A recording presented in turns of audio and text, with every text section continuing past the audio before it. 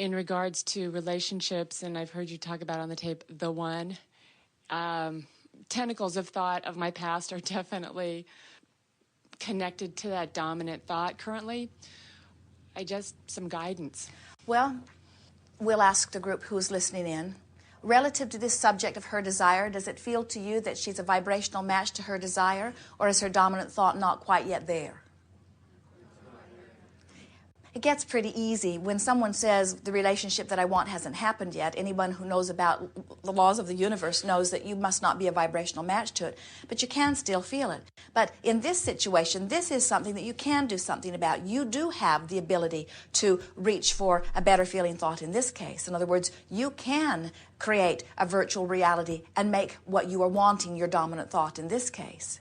Again, it may be a subject that is big enough that it will take some effort, but we think this is a case where you can use your desire to get into a better feeling place to reach for the thought that feels better.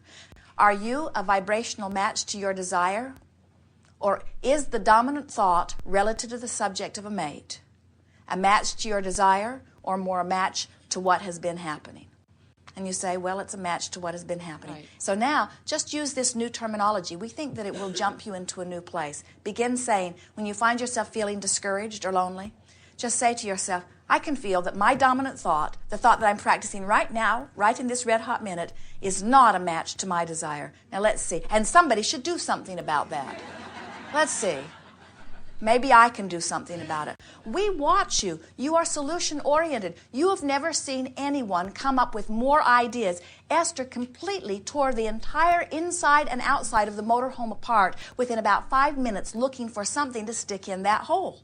You never saw anybody with so many ideas. She had the caps off of everything, the plugs out of everything. She had a basket of possibilities that she brought to Jerry.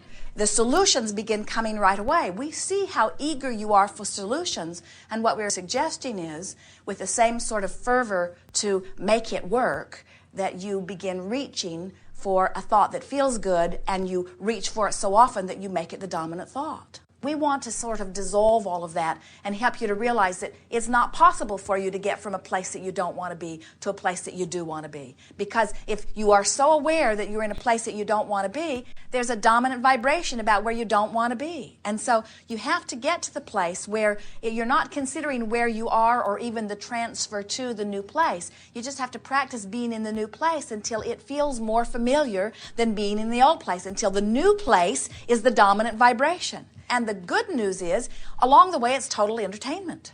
In other words, it can be so much fun. And in the process of it, you can also uncover different aspects where you might have particular little hang-ups. In other words, that through trial and error and through future virtual realities, you can work the bugs out of those. Yes? One of the hang-ups that I find is a feeling of disconnection.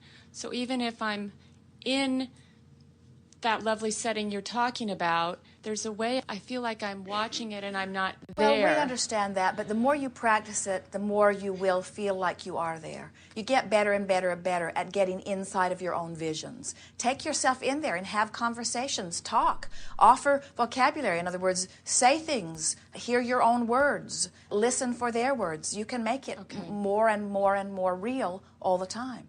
Many of you resist the idea of it because it feels like fantasy, it feels like fiction. Most of all, it feels like untruth. And you've trained yourself to face reality. You've trained yourself to tell the truth. You've trained yourself to tell it like it is. So in the beginning, these fantasies feel a little inappropriate because it's like you're fooling yourself. Sometimes people will say, well, isn't this just denial? And we say, we hope so. We hope that you are denying the absence that you do not want, and we hope that you are embracing the presence of what you do want.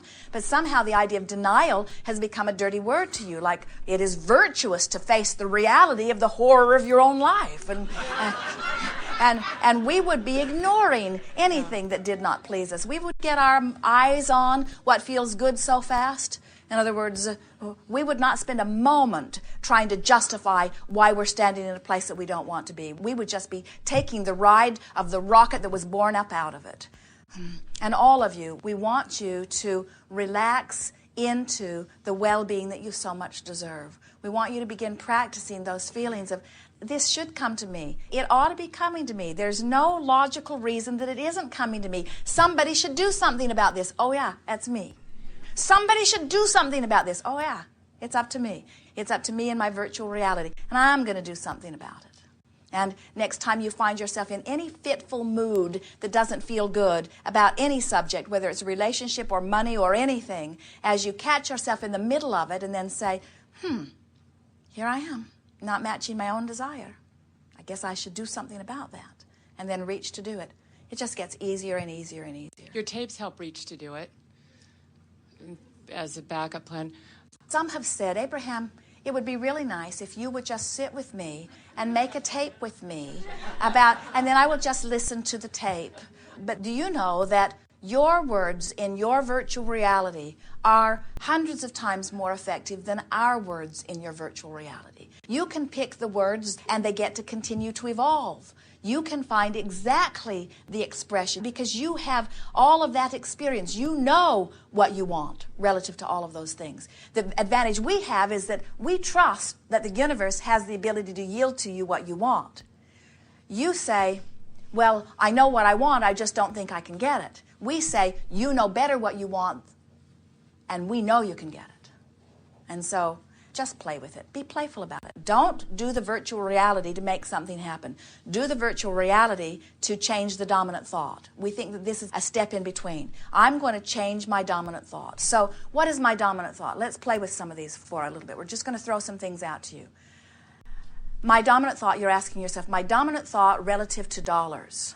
Is my dominant thought more lack-based, not enough dollars? Or is my dominant thought, I got plenty of dollars? Which is it? And more importantly, which do you want it to be? So if there's a mismatch, you've got some work to do. What is my dominant thought relative to my body? Do I feel vital and alive and fit, or do I feel weak and vulnerable and fading? How do I feel in my body? What's my dominant thought? I certainly know what my desire is, but what's my dominant thought? These are easy questions for you to answer. We think that there isn't a person in this room that couldn't give us an absolute answer relative to those two subjects first thing. We don't think there's one of you that would go, well, we think you know. What's my dominant thought relative to my body? Do I feel fat or fit? You know. What's my desire relative to my body? Fat or fit? Does my dominant thought fit? Am I fat? We don't think you're desiring fat, but we think fat is fitting in places where you don't want it to fit. You know these things. You can tell by the way you feel. What's my dominant thought? So this is going to be a fun thing for you. You're going to make a lot of headway in a short period of time, all of you, as you move forward and you find yourself in this place where you're wanting something that isn't yet, and you're in that place, why isn't it coming? Why isn't it coming? And you stop and you say, oh yeah, my dominant thought must not match my desire. Now, somebody should do something about that. We would begin right then. And before you know it, you will be matching.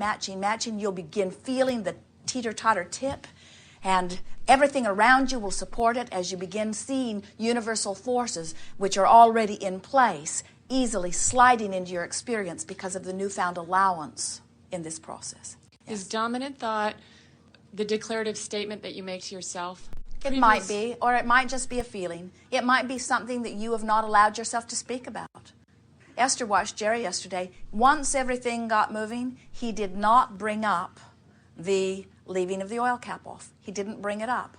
He did not speak a word about it. And Esther almost didn't.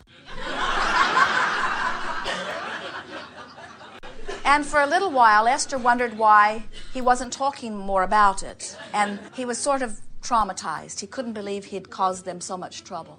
But once they gained their balance, it is not something that he brought up again. In other words, and we would not talk about anything that made you feel uncomfortable while you were living it. In other words, we are only causing him a public reliving of it.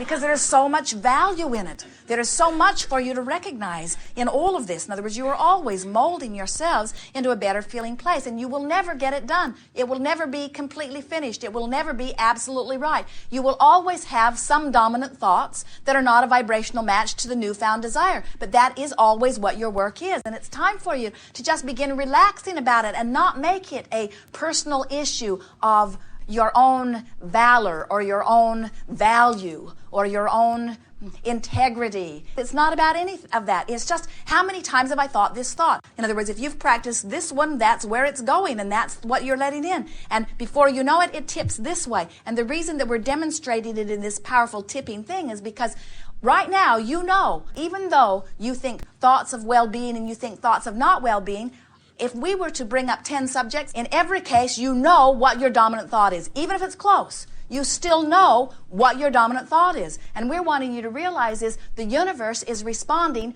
as per your dominant thought. So if your lover is missing, your dominant thought is not upon being with your lover. Good. If you weigh 20 pounds more than you want to weigh, it is because your dominant thought is about where you are. It's easier to think about what is. We know it is. What is all around you. You can look at it. You can see it in the mirror. You can see it in the eyes of others as they look at you. In other words, we're not saying it's the easiest thing in the world to feel slender when you aren't. But you got to make the shift vibrationally before anything in terms of physical manifestation can shift to. And everything is that way. There's not one exception to it. So frustration is definitely an emotion to look at the dominant thought and say, right now, this is one that I need a new That's dominant what we would thought. do. If you feel emotion enough that you recognize it, it's telling you there's a desire here on the table.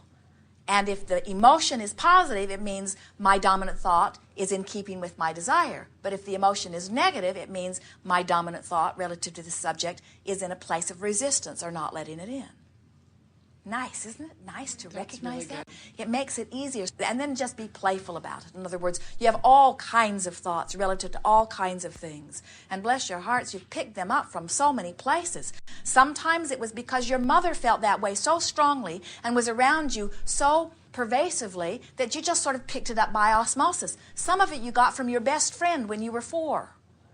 Some of it you get from your television. Some of it you got from someone that you only met briefly that made a really strong impression on you. You've been picking it up all over the place. Your dominant thoughts or beliefs, opinions, it doesn't matter what word we use, it's just a vibration that you keep vibrating. And the reason you keep vibrating is because it's the most natural vibration. It's because it is the most practiced, you see.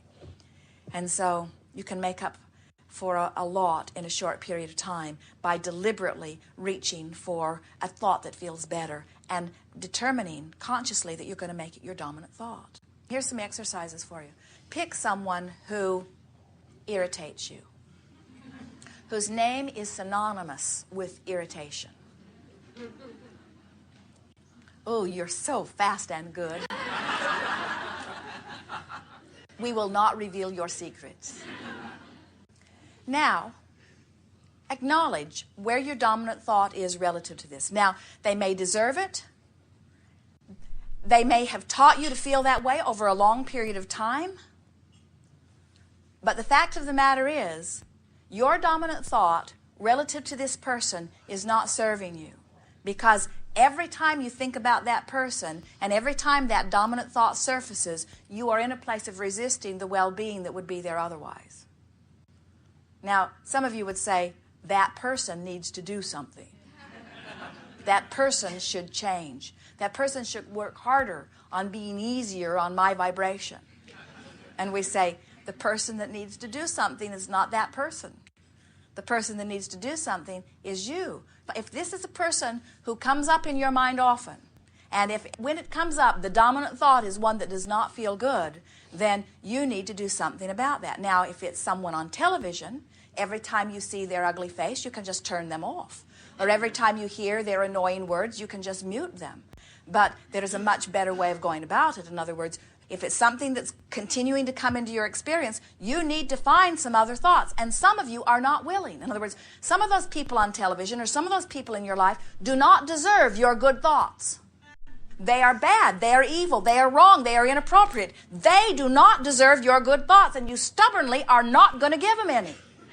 And what we're saying to you is they may not deserve your good thoughts, but you do. You deserve your good thoughts about them.